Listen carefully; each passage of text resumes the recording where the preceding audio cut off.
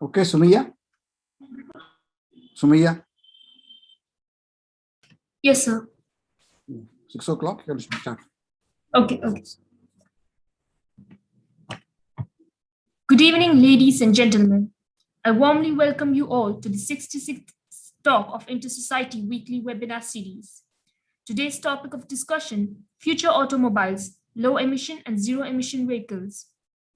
Honorable Chief Guest of the day, Professor Prakash Upendra, PhD, Professor in Mechanical Automobile Engineering, Sri Chitra Tirunal College of Engineering, respected dignitaries, guests, delegates, and all participants. I, Sumaya Kershifuddin, am privileged to welcome you all once again to the 64th Inter-Society Weekly Webinar Series. This talk is organized by IEEE Kerala Section, the Institution of Engineers, India Kerala State Centre, Computer Society of India Trivandrum Chapter, Project Management Institute Kerala Chapter, Internet Society Trivandrum Chapter, Vakam Maulavi Foundation Trust Trivandrum, Life Member Affinity Group IEEE Kerala Section, IEEE Engineering in Medicine and Biology Kerala Chapter, and the Institute of Electronics and Telecommunication Engineering. Before we start, I would like to remind you all to please fill up the feedback form by the end of the webinar. It will be given in the chat box at the end of the section, and it will only take a minute to complete the same. The link to the recordings will be sent to the email ID entered in the feedback. Those who want the certificates of participation may indicate it in their feedback.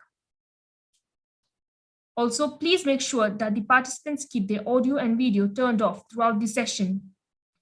After the session by the speaker, we will be having a formal question-answer session. All participants are welcome to post their questions and queries in the chat box, which will be addressed by the speaker. I also request all the participants to make sure that they have used the name they used to register for the talk as their Zoom profile name. Moving on, I welcome Amina Mohammed of IEEE Engineering in Medicine and Biology Kerala Chapter to welcome the virtual gathering. Thank you, Sumaya. Am I audible? Yes, you're audible, Amina. Thank you. A warm good evening to one and all. It is my pleasure and privilege to welcome you all today on this auspicious evening where we have our 66th talk of the Inter-Society Weekly Webinar Series. This great venture, initiated by Inter-Society, has been successfully coordinated throughout the past 65 talks and is going great with illustrious speakers and enthusiastic participants. Today's talk is not an exception. First and foremost, I welcome the respected guest of honor and speaker for the day, Professor Prakash Upendra, who is the Professor in Automobile Engineering of Sri Chitra Tirunal College of Engineering. Thank you, sir, for accepting our invitation and bestowing us with your presence today.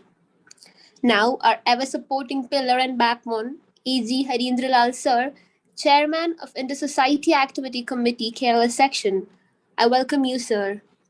Now, gratifying my welcome to Dr. Bobby Philip from IEEE, who will be introducing our illustrious speaker, and Professor N. Radhakrishnan Nair from IET. Wholehearted welcome to both of you. I'd also like to extend my welcome to MC of today's session, Ms. Sumaya, and Zoom facilitator, Ms. Nantini. Last, but the prominent of all the organizing societies, professionals, dignitaries, delegates, and participants who have joined us today. Words are in short of the tremendous support you have shown us for the past 65 talks series. The pleasure is all mine to welcome you all today on the 66th Inter-Society Weekly Webinar Series. I know you all are eager to get insights from our honored guest. I'm sure this session will be informative and a great time to be remembered. Cordial welcome to one and all once again. Thank you. Thank you, Amina. Now I invite Dr. Bobby Philip of IEEE to introduce our speaker. Sir, please. Thank you, Sumaya.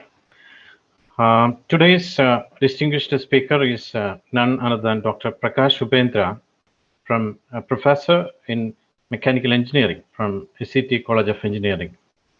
I will give you a brief overview of his bio. He had his BTech in automobile engineering from Malnad College of Engineering, Hassan, Karnataka. And he did his MTech in computer integrated manufacturing from PS College of Engineering, Mandya, Karnataka. And he is a PhD in machinability and tribological characteristics of MMC in from Visvesvaraya Technological University, Karnataka. And he has a teaching experience of 31 years, 6 years in HEA Bangalore, and from October 96 at SCT College of Engineering. That is 25 years in SCT College of Engineering from October 96. And he has worked as a training and placement officer for more than 15 years. That's again at SCT. And he is also coordinating actively the industry academia relations at the CTC. And among other things, the lead roles he had is as the chairman of the Board of Studies for Automobile Engineering in Kerala Technological University, convener and lead trainer for the training program to the employees of Tata Elxsi in automotive domain, and Workers Dynamics program conducted to the employees of Quest Global for the automobile related topics. Is a technological angel for evaluating the projects to be sponsored under a TEPP, the Techno Promotion Program, initiated by the Department of Scientific and Industrial and Research, DSIR. He is a member of the Technical Evaluation Committee of the Motor Workers Department, member of Vehicle Testing Center, Interceptor Workers and Components for Enforcement Division. Also is a technical member for the Traffic Police Enforcement Division for the Technical Committee on Procurement of Equipment needed for the enforcement. He is also a technical expert member for the Interview Board and the expert member for Departmental Promotion of Regional Research Laboratory, now NIST, VSSC and Kerala Medical Science Fleet Division. He is one of the members of the Inquiry Commission appointed by the Government of Kerala for the detailed inquiry of a bus accident took place near Tirur at Kerala. He's an expert member invited and a subject expert for KCST for evaluation of projects under TDAP, Technological Development and Adaptation Programs. He has published a few papers in international journals and international conferences. And very recently, he has been appointed as the head of Innovation Center on Electric and Hybrid Vehicles established by Government of Kerala at SCT College of Engineering. With this, I wish to hand over the platform to Professor Prakash Upendra for talk. Thank you, sir. Thank you, Dr. Bobby. And I would like to thank the organizers for giving me an opportunity to interact with the IEEE members, particularly to have a very good interaction with the engineers who are having interest in the new developments in the automobile engineering. I hope the screen is visible and I am audible. Yes, you are audible and the screen is visible, sir. Okay. So today, my talk is related to the future automobiles, which it is low emission vehicles and zero emission vehicles, that is LEV and ZEV.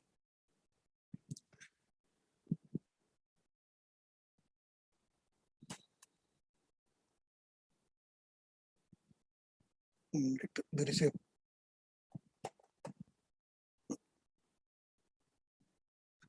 So first of all, we should know why there is a need of electric vehicle or the hybrid electric vehicles.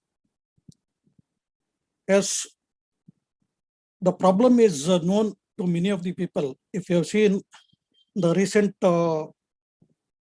problems which it is created in Delhi a few years ago about the smog, that is smoke plus fog, it is going to create a smog, which it is having a huge problem. and also the environmental issues which it is created recently.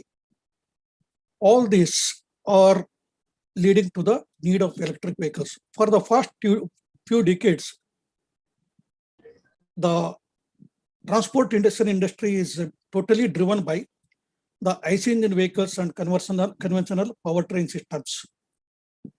So due to the growing concerns about the environmental problems, a global effort has been started to develop next generation transportation solutions with increased efficiency and reduced greenhouse gas and air pollution emissions. When we are using electric vehicles, the source is electric energy, which have potential to have zero emission vehicles and have potential to create a future alternative to IC engine vehicles. However, despite considerable improvements in electric vehicle, there is still a drawback of limited driving range due to the current electrical storage technologies. And for addressing this problem, hybrid vehicles has been introduced, which combines the advantage of two different energy sources. Hybridization of energy sources, it can increase the energy security, it improves the fuel economy, it lowers the fuel cost, and it is going to reduce the emissions. Implementation of this, it is going to boost the IC engine efficiency, and major problem which it is there in the conventional IC engine is during the braking, the kinetic energy is being converted to heat energy and it is going to be lost. So whereas here it recovers the energy lost during the braking. The major benefits of electric vehicles are zero tailpipe emissions. It is going to be quiet driving. If the electric vehicle is passing by, it does not produce any sound. Whereas IC engine, you can, it will not be having a quiet driving like that of the EVs. It is easy to drive, particularly in the conditions which it is having a congested traffic nowadays. There is a frequent stop and start requirement. And when you are going to have a facilities with domestic charging, it is going to avoid the big use in the fuel stations. In earlier days, there was a concept that electric vehicles, even though it is popular, it is not going to have the similar speed as that of the IC engines, whereas now it has overcome. Some pure electric vehicles can even reach a speed of about 125 miles per hour where it is being permitted. And whenever we are going to use an electric motor for the transmission, the electric motor starts moving the vehicle quickly and gives a smooth and swift acceleration.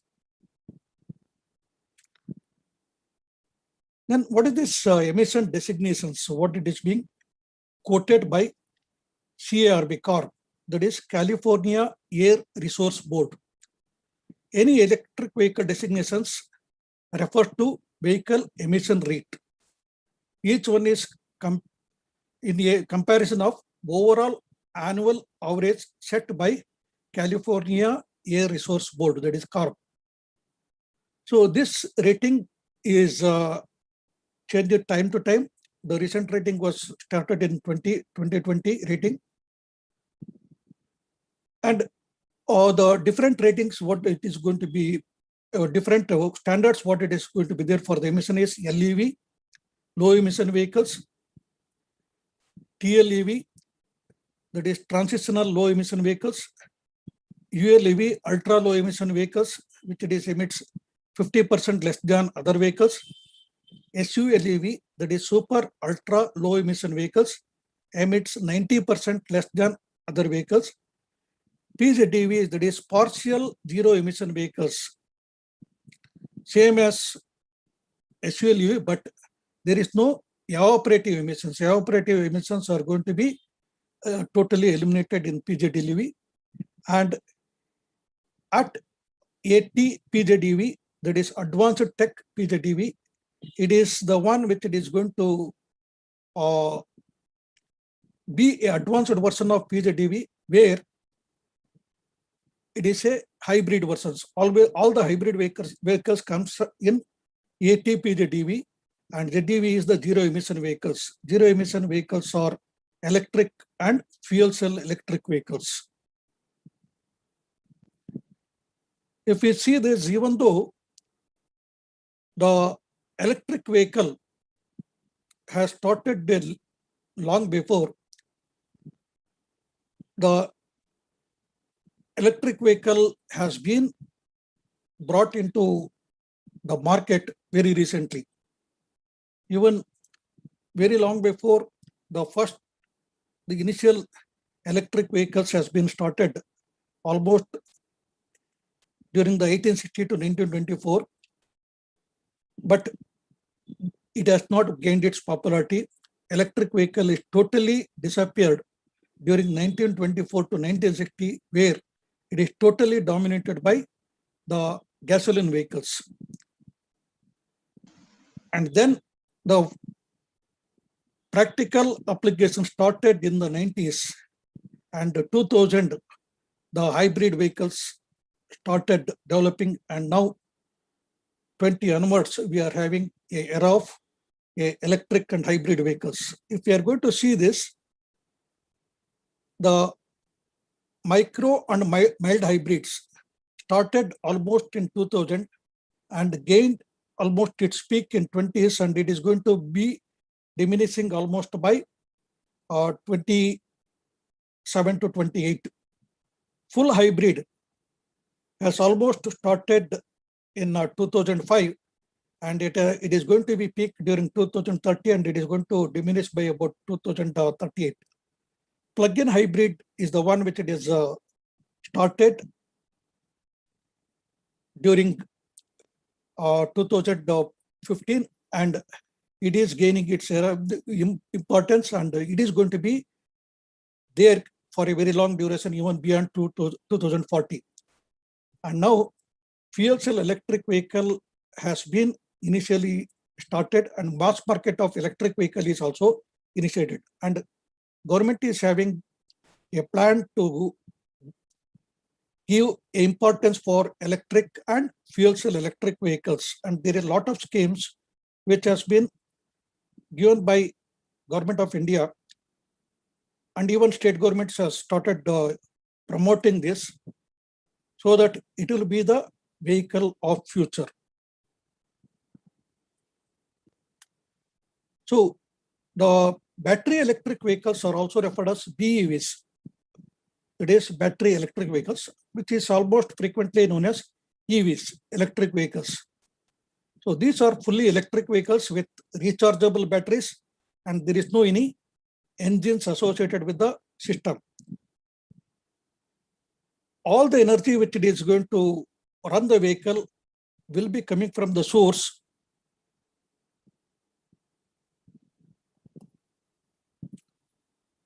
All the electric vehicles will be coming from the source, which it is a battery pack, and that can be charged from a grid. Battery electric vehicles are zero emission vehicles. That is, they are not going to give any tailpipe emissions. The emissions which may come, it is due to the production of electricity by some other means, but not during any of the individual gasoline powered vehicles. Now, if we are going to see the parts of electric vehicle, any of the electric vehicles requires a battery pack. So this battery pack comes at normally in the platform for a passenger car segment. It will be coming in the platform, and this battery pack is going to get the charge from a charging port, There will be an onboard charger which it is going to be provided, and it will be having a thermal system for cooling the motor as well as the battery pack. There will be DC to DC converter, power electronic controller, and a traction motor. So this is a front wheel driven vehicle. Similarly, it can have a rear wheel driven. So it can be either a front wheel or a rear wheel driven. The traction motor here, it is coming in the front. In case of some of the buses and all, it is coming at the rear. So these are the various components which it is being explained. One is motor, reducer, battery, onboard charger, and electric power unit. Reducer is the one which increases the torque of the motor before it is given to the road wheels. So it is going to reduce the motor RPM to generate appropriate level of force required for the propulsion.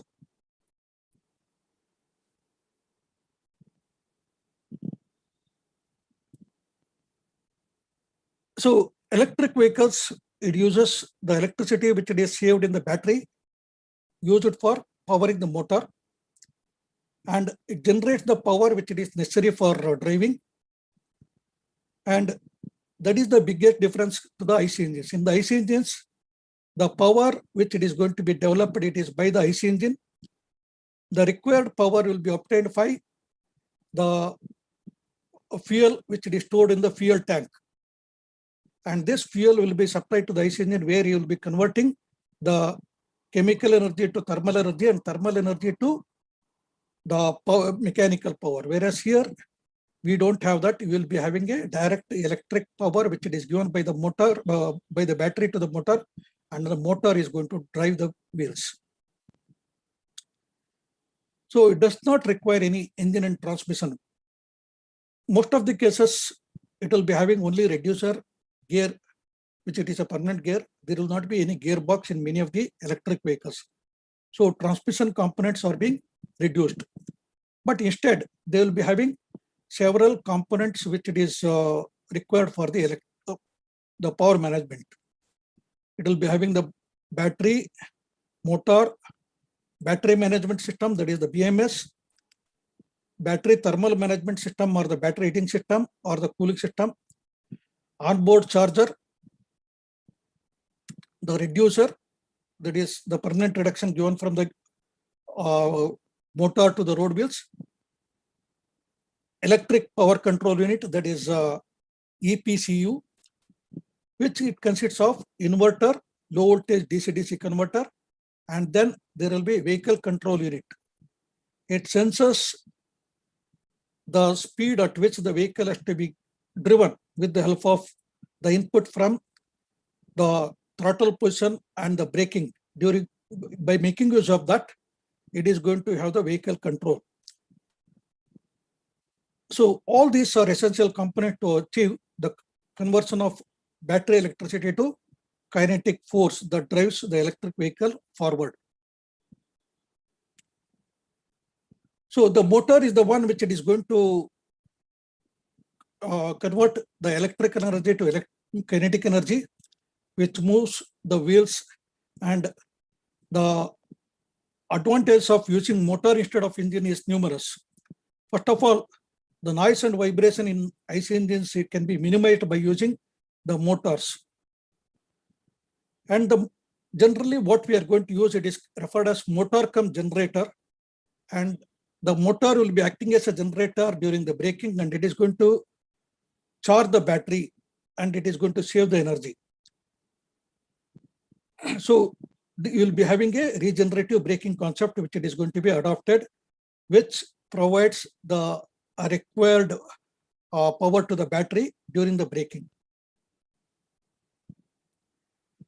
So reducer is the one which it is going to replace this gearbox here. You will be having a reducer which it is going to increase the force which it is given to the road wheels for the traction. That is the torque. It is going to be boosted up with the help of this. And this, it is going to run the wheel with the appropriate level. battery is the one which it is going to be storing the electrical energy, which replaces the fuel tank in the IC engines. So the battery pack is the one which it is going to give as a primary source. So the capacity of the battery is the one which it is going to decide the range of the vehicle, and capacity in association with the motor capacity. The capacity of the battery and the motor capacity decides the range. If you are going to increase the capacity of the battery, you can increase the range. But at the same time, increasing the battery will also increase the load on the vehicle, and thereby it will also be using for driving the weight of the total weight of the component of the vehicle. When you are going to use batteries with a larger and heavier, it will be taking the maximum space of the cabin and storage, and it is going to decrease the energy efficiency and fuel economy. So always it is a research and innovation is going on in maximizing the efficiency of the battery and improve the energy density. So battery is the one which it is going to be made with a energy density as well as the life cycle. So if the life cycle is going to be more, you can run the vehicle for almost the life of the vehicle. So some of the significant improvement is there where you can get the batteries which it is can extend for a larger range. Say if we are going to have the initial stage of the electric vehicles, Revo has introduced the electric vehicle long before, and its first model, it was giving a range of only about 70 kilometers. And the battery which was used was a lead acid batteries, deep discharge lead acid batteries. Whereas now it is a lithium ion batteries which it is used, which it is having highest energy density. And even innovations are going on with the different types like lithium phosphates, then lithium titanium oxide like that, which it is going to improve the life cycle. The next important component is BMS, battery management system. It is going to be very much important because it will be consisting of many mini cells, about thousands of mini cells. Each cell, you have to control it with the BMS, battery management system. So to manage the power electronics which it is developed by all these cells, which it will be creating the battery module. This electric power control unit, there is a requirement from the motor that should be matched with the battery which it is remaining, which it is referred as state of charge of the battery, SOC. State of charge of the battery has to be monitored, and it has to deliver the required power to each of the components. Not only the motor, sometimes some other components also will be driven by the battery, like you may be having a climate control system, even power steering may be driven with that, and even heavy duty vehicles, the compressor of the air braking also will be driven with that. So you have to give the power for various things, and which has to be managed properly. So there will be onboard charger which it is going to convert AC to DC. And so normally the hybrid vehicles, it is referred as plug-in hybrid vehicles. Hybrid vehicles, if it can get charged from external source, it is referred as plug-in hybrid vehicles. Whereas electric vehicles, or all the electric vehicles, will be having plug-in chargers for converting from the alternating current. So the battery will be giving optimum performance when it is working with a optimum temperature. If it is hotter also, it will be dangerous. If it is cold, its performance will be less. So you require a heating and cooling system for the battery, which it is nothing but a thermal management system. The thermal management system maintains the ideal operating temperature range for the battery pack. So the totally we will be having an inverter, low voltage DC-DC converter, and the vehicle control unit. Vehicle control unit is going to control the vehicle power as per the requirement. We have the various components, that is the electric power control unit, which it is having inverter, low voltage DC-DC converter, and vehicle control unit. The hybrid electric vehicles, or the HEVs, which it is known in abbreviations, is having both IC engine and an electric motor to drive the car.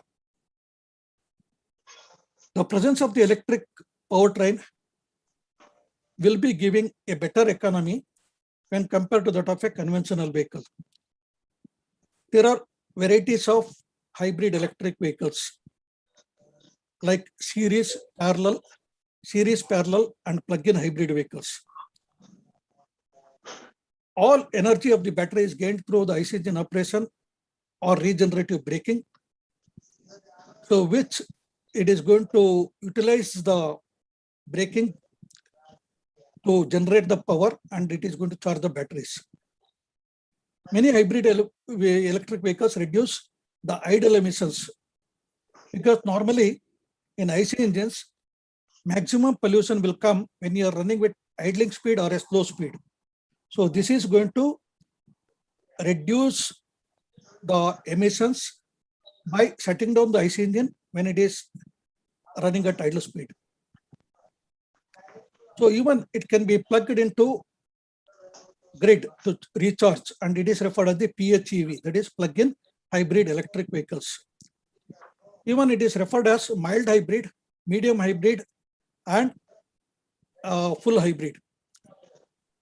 So the plug-in hybrid vehicles are the one which can be charged by the external source. Normally, plug-in hybrid vehicles can have a lesser size of the battery compared to that of the normal hybrid electric vehicles. So hybrid electric vehicles, it can be classified in two ways. One is the architecture classification, that is how the power is going to flow. And the second one is power ratio classification, that is how much percentage of thermal and electric power is being used. In the architecture, it is series hybrid, and the other one is parallel hybrid, and the third one is going to be series or parallel. So how you are going to have the power flow, based on that it is being given. And the power ratio, we have thermal vehicle, that is pure IC engine vehicles, which it is having the left hand side, it is totally a thermal vehicles, right hand side it is totally electric. So this is 100% IC engine or the thermal vehicle, thermal powered vehicle, whereas the pure electric vehicle is 100% electric vehicle. Whereas micro hybrid, it will be having only small percentage of the hybrid of the electricity. Maximum percentage is from the thermal. So it will be increased in mild, and full hybrid, it will be almost 50-50. Mild hybrid or the micro hybrid, they will be having a feature of the idle stop function, regenerative braking, and they will not be using electric power motor for propulsion. It will be used only for starting. This is the one which it can be seen in some of the new generation SUVs. It is having a mild hybrid where only regenerative concept is being used to charge the batteries, but motor will not be profiling the vehicle. Medium hybrid, it will be featuring idle and stop functions. They will be having regenerative braking, but they cannot use the electric motor alone to profile the vehicle. So the electric motor then just assists the engine. When you are going to have, in this case, you require a battery voltage, which it is more than 144 volts. Whereas in the earlier case, it will be less than 42 volts. And full hybrid, you require about 200 to 300 volts, where they will be having idle stop function, regenerative braking.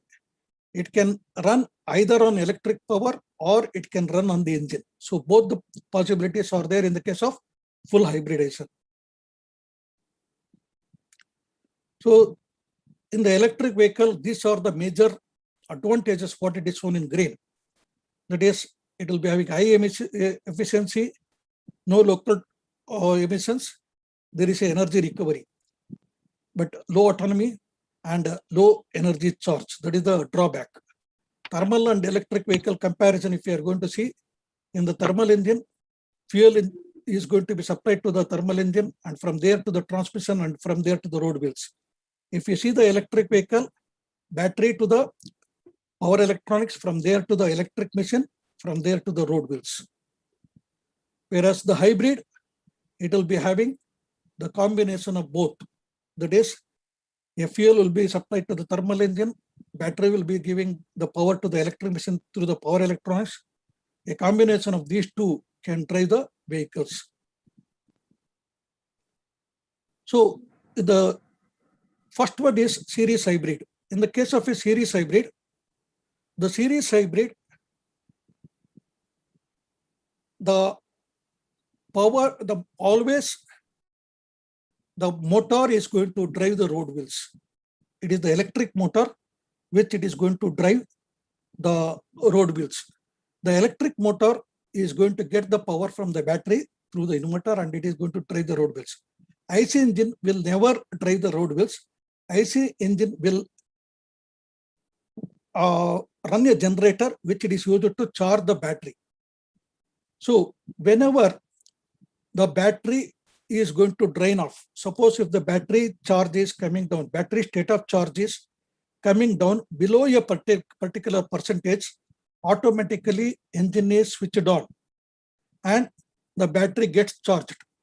When the battery state of charge reaches a particular value, engine cuts off and the engine will not work. So that is the function of a series hybrid design. In the series hybrid, the power to the road wheels will be given only by the motor.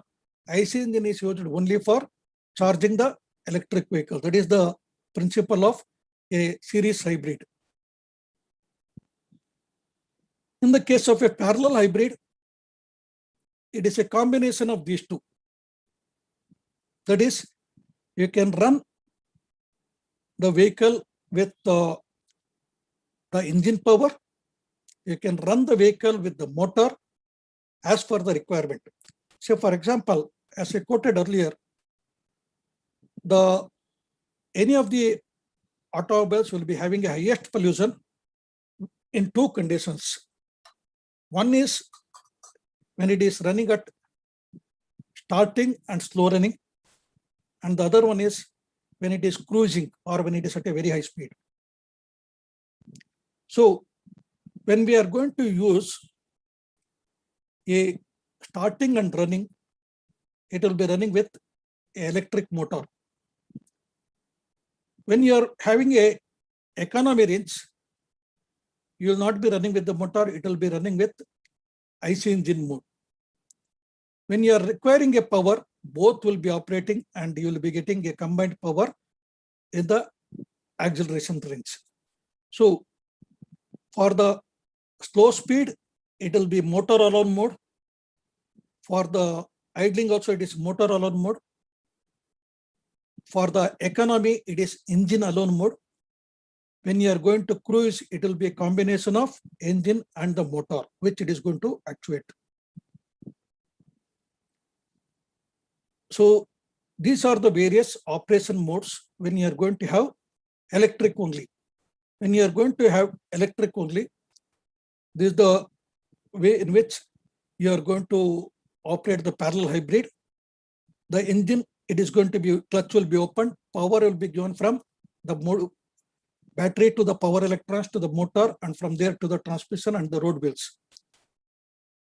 When you are going to having hybrid electric system, clutch will be closed, both engine, battery, it is going to give the power to the road wheels.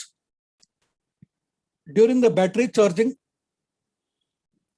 the motor will be acting as a generator to charge the battery. So that is this, it will be partially operated. The engine is going to run the motor. Motor will be acting as a generator. It is going to charge the battery. So it will be acting as a power split. Power split in the sense, it will give the power which it is required for the road wheels. Excess power will be used for charging the battery. In the regenerative braking, the engine is going to be disconnected. Motor will act as a generator, and the power will be supplied to the battery to charge the battery. So these are the various modes of operation of the parallel hybrid design.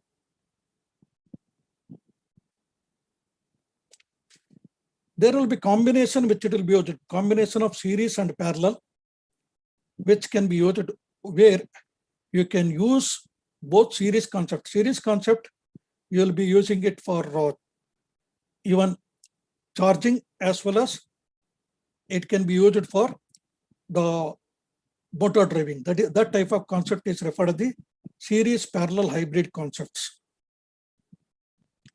The various control systems, what it is being used, it is the batteries management system, which it is going to check the battery SOC, that is state of charge,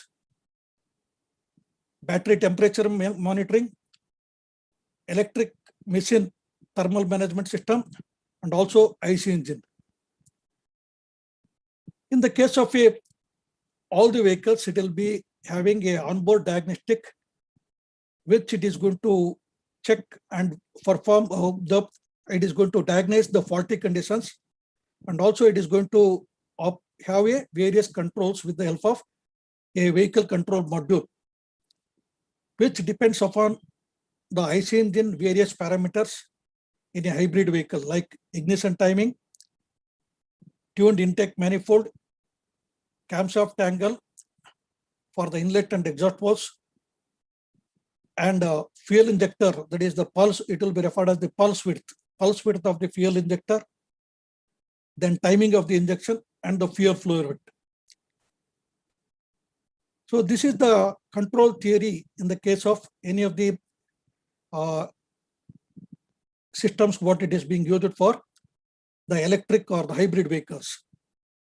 It will be having a loop, it will check whether there is a standard value which it is going to drive. It will check whether it is the output, if it is giving a desired value. If not, it will be changing it. Example is quoted here. You have input which it is going to be desired value is 2000. But even though you are going to have a fuel injection and you are going to have the engine which it is going to drive, the output which it is coming as is 2200. The feedback is telling that the RPM is more than 200 more than what it is desired. So it will reduce 200 RPM by decreasing the fuel flow. So same thing can be done even in the case of the motor controller also. So with the actuation of this control system, it controls the IC engine or the electric motors in the similar concept.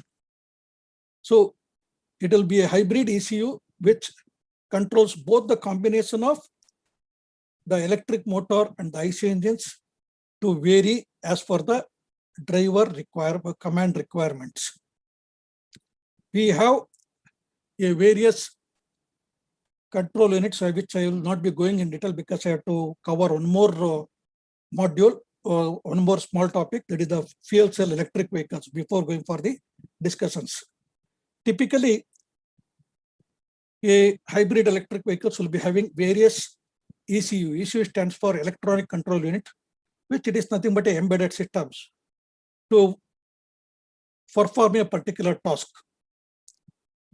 Any automobile will be having plenty of electronic control units. So these are the major electronic control units pertaining to hybrid electric vehicles. There is a hybrid ECU, IC engine ECU, electric machine or electric motor ECU. Why it is referred as electric machine ECU is it is not it is a motor cum generator, hence it is referred as electric machine. So it is electric machine ECU. There will be transmission ECU, power electronic ECU, and battery management ECU. So these various electronic control units will be there, which it is going to perform the various tasks which it is required for the individual components. Now, coming to the last topic of my presentation, this is the fuel cell vehicles. This is the innovation in which it is going on to develop a fuel cell vehicles, which also produces a zero emissions because it will be running with hydrogen as the fuel.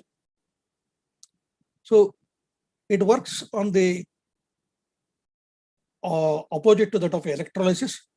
That is, when hydrogen and oxygen is going to be combined, it will be creating the electricity from the electrochemical reaction. So this electricity, it is going to be used for propelling the electric motor, and the byproduct what we are going to get in from this, it is water and heat. So this is the concept which it is explained with the help of a fuel cell electric vehicles. It is simply a electric vehicle, but instead of this is a combination of, it is a fuel cell electric vehicle hybrid vehicle, because it can make use of both battery as well as a fuel cell stack. Fuel cell stack is the one which it is going to produce electricity by the combination of hydrogen and oxygen. It will produce the electricity. This electricity is being utilized to propel the vehicle along with the battery power. So required hydrogen has to be stored. The hydrogen can be stored in different formats. One is with a high pressure hydrogen tank. Most of the case now it is using this high pressure hydrogen tank. Other one is the cryogenic storage, which is used in the space applications, which it is not used in automobiles. Then there is a lot of research which it is going on metal hydrates. So either the metal hydrate or the high pressure hydrogen tank is the source for the electric vehicles. So remaining it is going to be similar to that of a electric vehicle, that is the motor and the power control unit, but it will also have fuel cell boost converter, which it is going to convert the voltage which it is developed by fuel stack to the required amount. This fuel cell technology is also tried in the buses. Even in India also, IISc in association with Tata Motors has driven a fuel cell electric bus in Delhi as a pilot project, and it has been run successfully. And many fuel cell vehicles are produced by many organizations, and innovation is going on in implementation of this. Right now, there are about 25,000 fuel cell electric vehicles, which it is used all over the world by a small quantity. It is not a bulk quantity. And right now it is given as a research stage. So that they will be coming across the problems associated with that and fixing those bugs, similar to that of a beta version, which it will be given by the softwares before it is rolled out. Now, this it is a stage where it is they are trying out these fuel cell electric vehicles and trying to improve the fuel cell technology by improving the various fuel infrastructures. Of course, there are challenges in the case of electric vehicles as well as the hydrogen vehicles. Electric vehicles, it is the infrastructure and the technology improvement. Both infrastructure and technology is a greater challenge. So the infrastructure has to be designed, and moreover, most of the electricity, what it is being produced, it is by thermal energy. So that will also produce the emissions. Hence, many of the cases, encouragement is there to start a charging station with solar power. So government is giving a subsidy for starting a charging station with a solar power, so that it will be generating the required power for charging the vehicles as well as having a grid, and also a improvement in the various technologies like battery swapping technology, etc., or under the research, not only research, under the implementation stage. And similarly, in the hydrogen vehicle, there are challenges because hydrogen, which it is stored, it can give a range of about 300 plus miles. After which you have to store, you have to charge this storage tanks, which it is a with a high pressure. You have to store it, which it is require a novel technology, and it is going to be difficult in the case of cold weather operations, because for creating this fuel cells, you require the optimum temperature which it has to be reached. And also the fuel stack cost, it is going to be higher. Say, for example, the fuel cell electric bus will cost somewhere around 4 crore or to 4 crore to 5 crore rupees compared to that of the conventional vehicles. So the fuel stack cost has to come down. These are the major challenges in the case of hydrogen vehicle challenges. So I had a little bit of more material for the explanation. Due to the time constraint, I skipped some of the slides, but of course I can share this for each individual so that you can go through the individual contents where all the individual components are being explained. So thank you for the patience listening, and now it is open for discussions.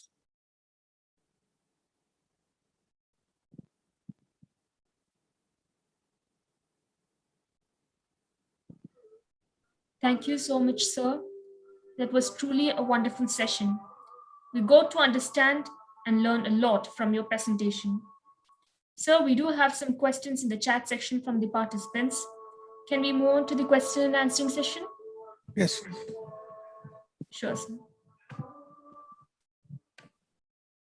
So the first question is, what are the passenger safety features incorporated in battery operated and fuel cell operated vehicles? So the passenger safety comes in two ways.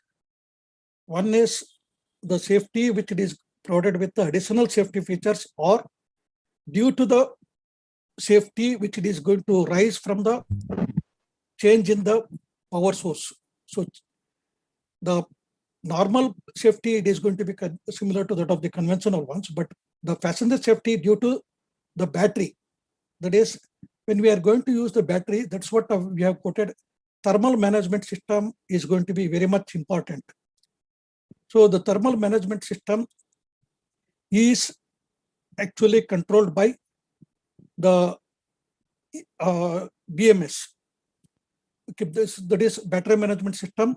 It will be having a thermal management system which should be operated, which should be thoroughly inspected. There are standards for both the battery as well as the motor, which it has to meet according to the ARAI standards. So it has to go through all the various stages of testing, and it should meet the battery standards. Say, for example, if you are going to have a overheating of the battery, it can even lead to the explosion. So for that, optimum temperature which has to be maintained.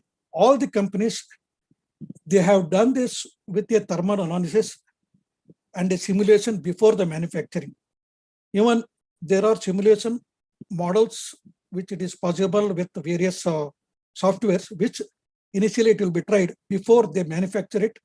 They will verify it with the thermal management system and whether it is going to withstand the required temperature, and it will be thoroughly properly. Similarly, in the case of any of the vehicles like CNG, LPG, or the fuel cell, the safety feature is related to the fuel tank. So fuel tank also, there is a safety standard that it has to meet the required safety standards. Otherwise, these fuel tanks may create the danger to the vehicle. Say, for example, many of the cases, when we are going to have an accident, there may be a prediction that it may create danger than the conventional vehicles. But in the case of fuel cell electric vehicles, hydrogen, as we are knowing, it is lighter in weight. When there is any leakage or escape, it will atmosphere without creating much danger when compared to that of the conventional fuels. Thank you, sir. The next question is, what are the prospects for the availability of hydrogen for wide use across the country for fuel cell electric vehicles? The source of hydrogen is the major one. There are two problems associated with it. One is the method of producing the hydrogen, and the second one is storage of hydrogen. Method of producing the hydrogen is the first issue. That is, normally hydrogen is produced from various sources. The electrolysis phenomena is going to be costlier, and even we have from the methane, we can produce the hydrogen. All these things, it should be made economical. There should be, these hydrogen should be produced economically, as well as the infrastructure for recharging, that is the supplying with a high pressure.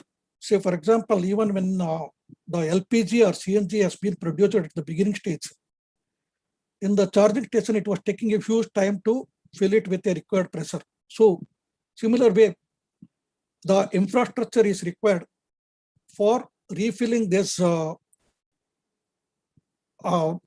centers, in the fuel centers, with a adequate shorter duration. So work is going on in making a efficient charging infrastructures.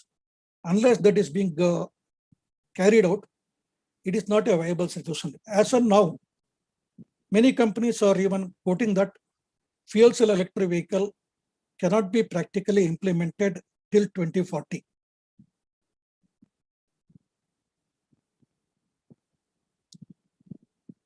Okay, sir. The next question is, how much is the average cost per kilometer of a fuel cell vehicle at present? The statistics is not clear because it is going to be depending upon the area where it is being implemented.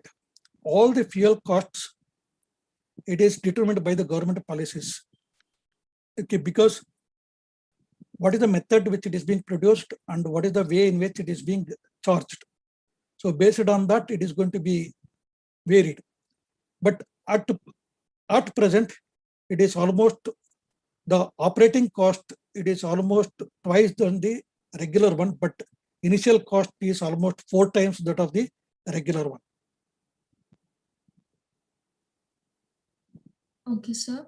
The next question is, only BEVs are going to be there in the future. Perhaps FCV may thrive in the heavy lift transport. All other vehicles, ICE, HEV, PHEV, are all going to taper away. What is your opinion on this? So when we are going to use this electric vehicle, the two areas are there. One is conventional passenger vehicles and the commercial vehicles. Passenger vehicles can be totally taken away by these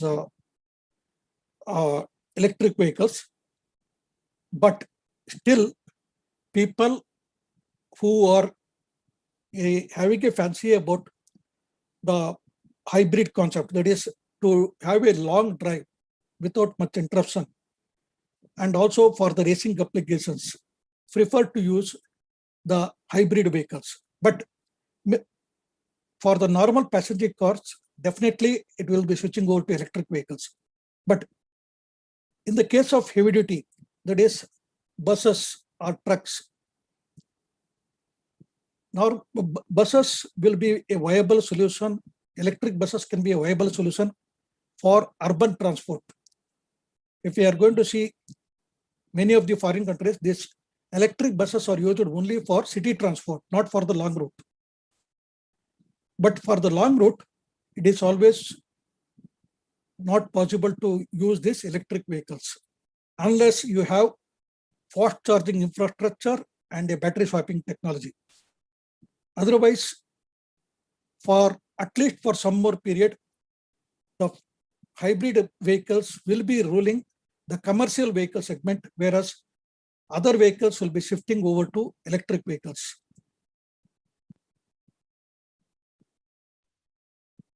Thank you, sir. Now, the next question is, what are the challenges in metal hydride vehicles? How are they charged? Is explosion hazard less than in hydrogen storage? Yes, the advantage of metal hydride is it is less dangerous when compared to that of a compressed hydrogen storage. Compressed hydrogen storage, the fuel is stored with a very high pressure. So there, the danger is going to be more. Whereas in the case of metal hydrides, the hydrogen, when it is passed through certain metals, the metals will be converted into metal hydrides. If you supply a small amount of heat, it will be releasing the hydrogen.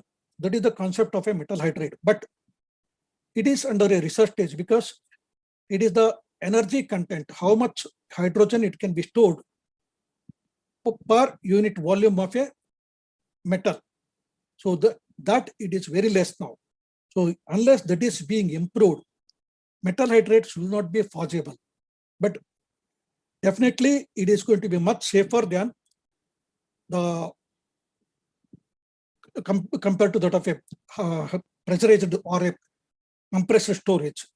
In future, when the metal hydrides are going to be developed, the people are working on it. Many of the research it is going on in the improvement of the metal hydrides, just like improving the efficiency of the solar panels. So there is a improvement which it is going on in this metal hydride area also. Once we come to a solution in the metal hydrides, it is going to replace the compressed storage.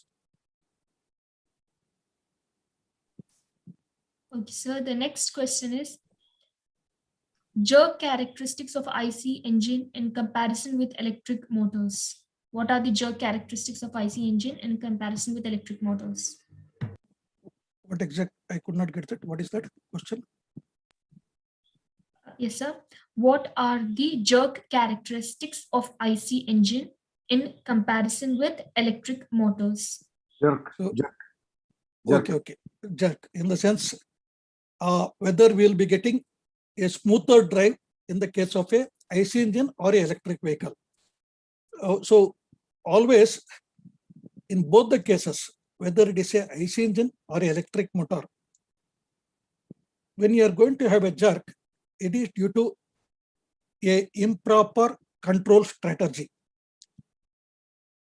When you are moving a vehicle with a higher gear and all of a sudden you shift it to a lower gear, you can experience the jerk because you are mismanaging it.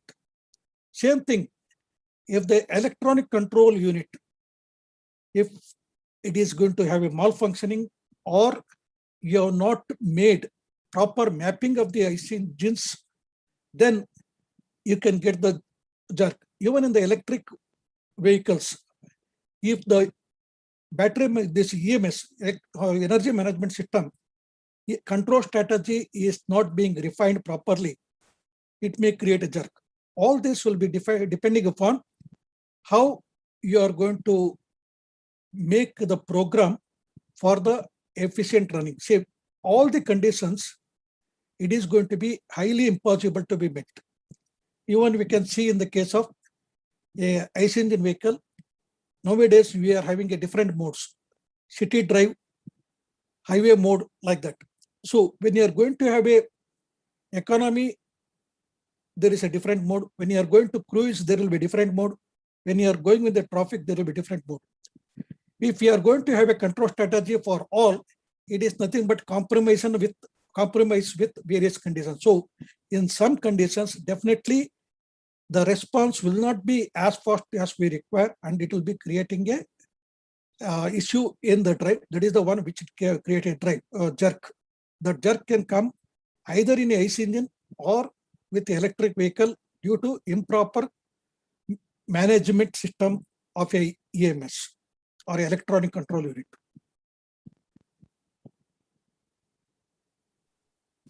Thank you, sir. The next question is, 1 minute, sir. Yeah. The next question is, instead of hydrogen, can CNG fuel cells be used for fuel cells, albeit with some emission? If you use a CNG, it is not referred as the fuel cell electric vehicles. So the compressed natural gas, using the compressed natural gas, you can get the hydrogen, and from the hydrogen, you can run the fuel cell electric vehicles. But then it will be referred as fuel cell vehicle itself, but the source is CNG. But if you are going to use the CNG in the vehicle, from there you are going to convert it to hydrogen, and from the hydrogen you are going to drive the fuel cell electric vehicle. It is not going to have a good required efficiency. It is better to use either a fuel cell electric vehicle or CNG IC engines. If you are going to use a CNG for the fuel cell vehicles, it will not be referred as a CNG vehicle, it will be referred as a fuel cell electric vehicle, but the source of power is going to be derived from the CNG, where you have to convert it into hydrogen before it is supplied to the fuel stack.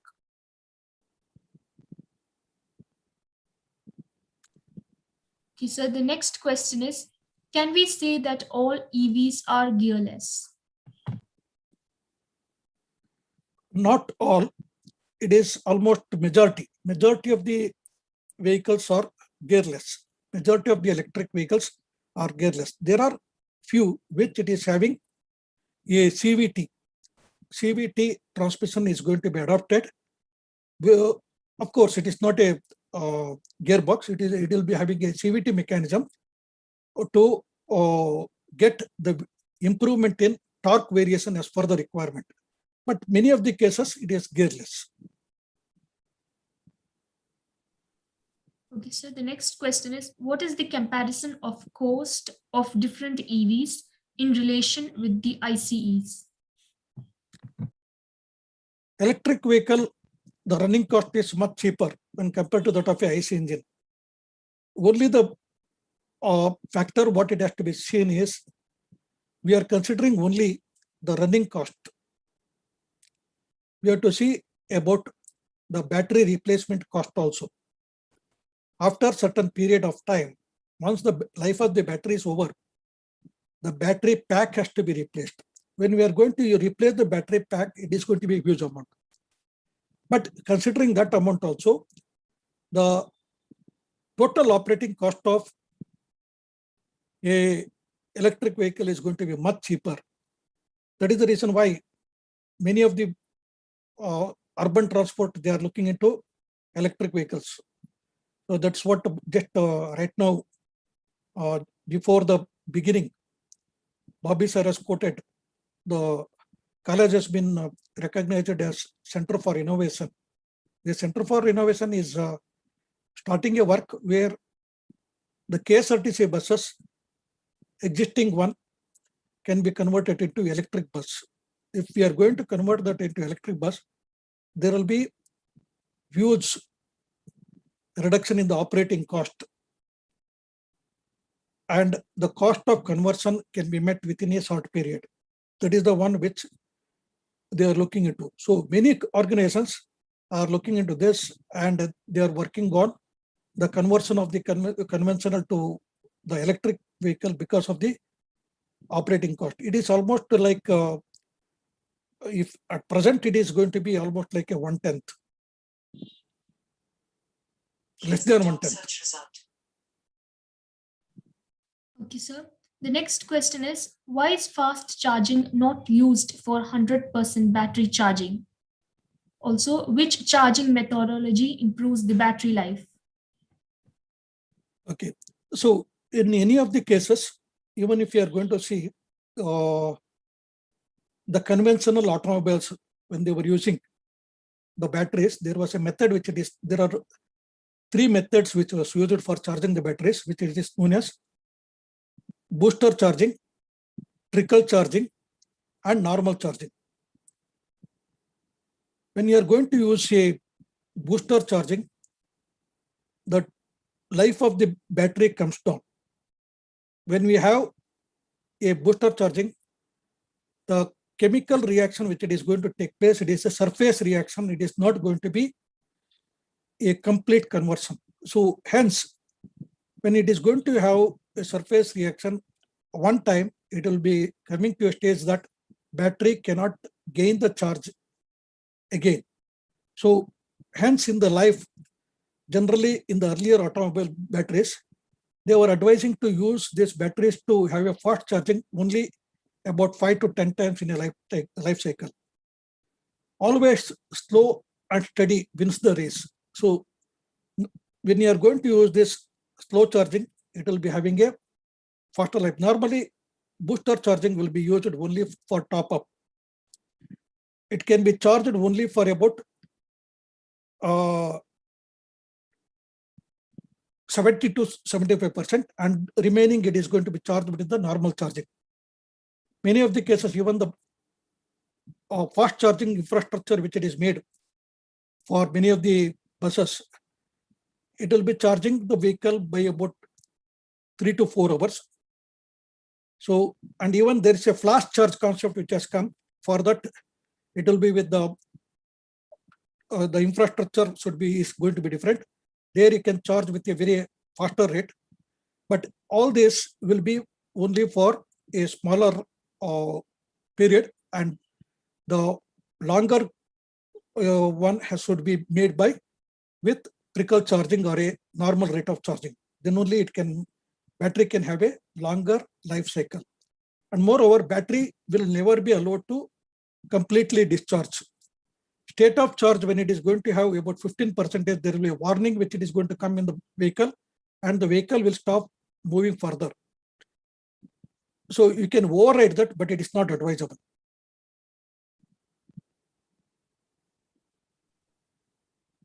Okay, sir. The next question is, if an EV is parked in open area on a sunny day, will it reduce the battery efficiency? Also, what is the ingress protection standards of EV vehicles? Second question, I'm not much familiar. I can verify and get back to you. The first question, when it is placed in the sunlight, whether it is going to be a conventional vehicle or the electric vehicle, the heating problem does not occur to a greater extent on the battery, particularly because it is going to be underneath. It is not going to be placed in the case of particularly the passenger cars. The battery pack is located on below the platform. So it is being shielded. And also all these things are having a total battery pack. When you're going to have, it is having a lower cover and upper cover, which is well protected. And also with a thermal cooling, thermal management system, which it is giving a particular cooling. So this, it is going to ensure that there is no any much problem even when you are going to have in the sunlight.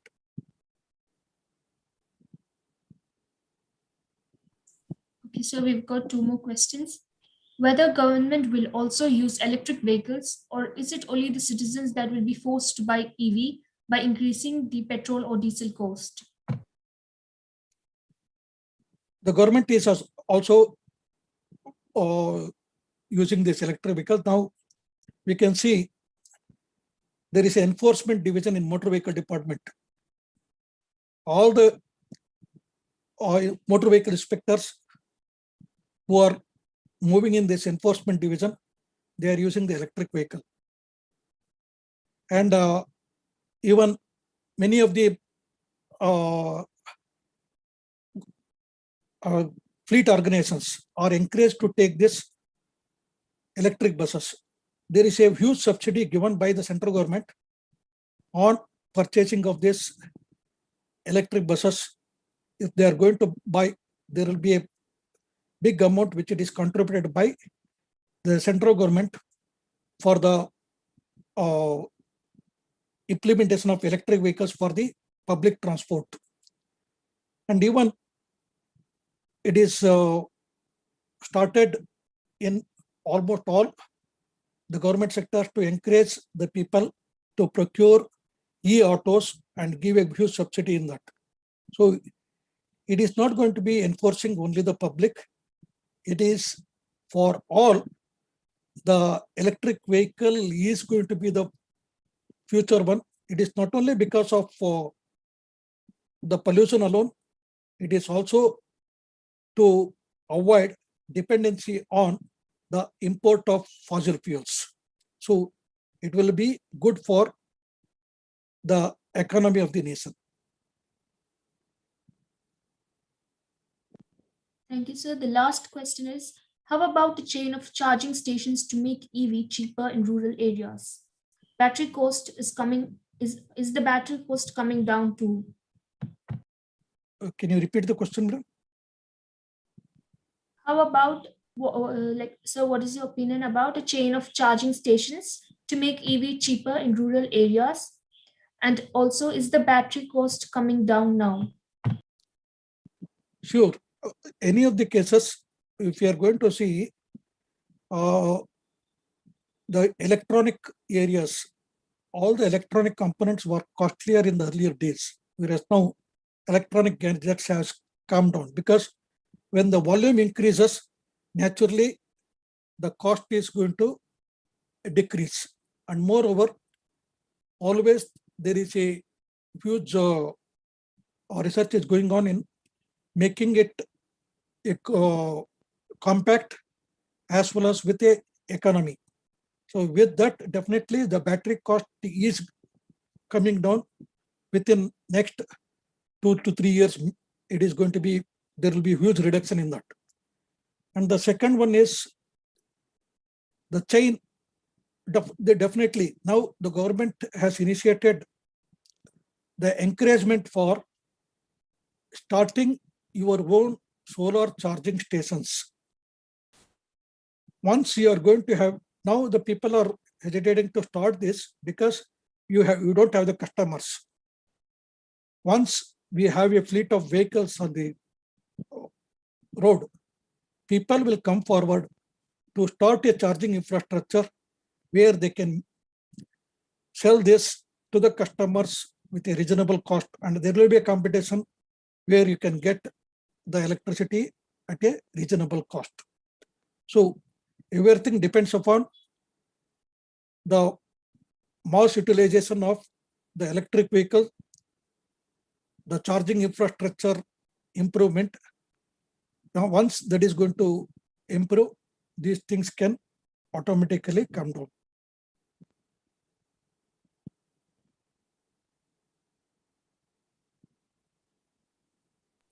Thank you, sir.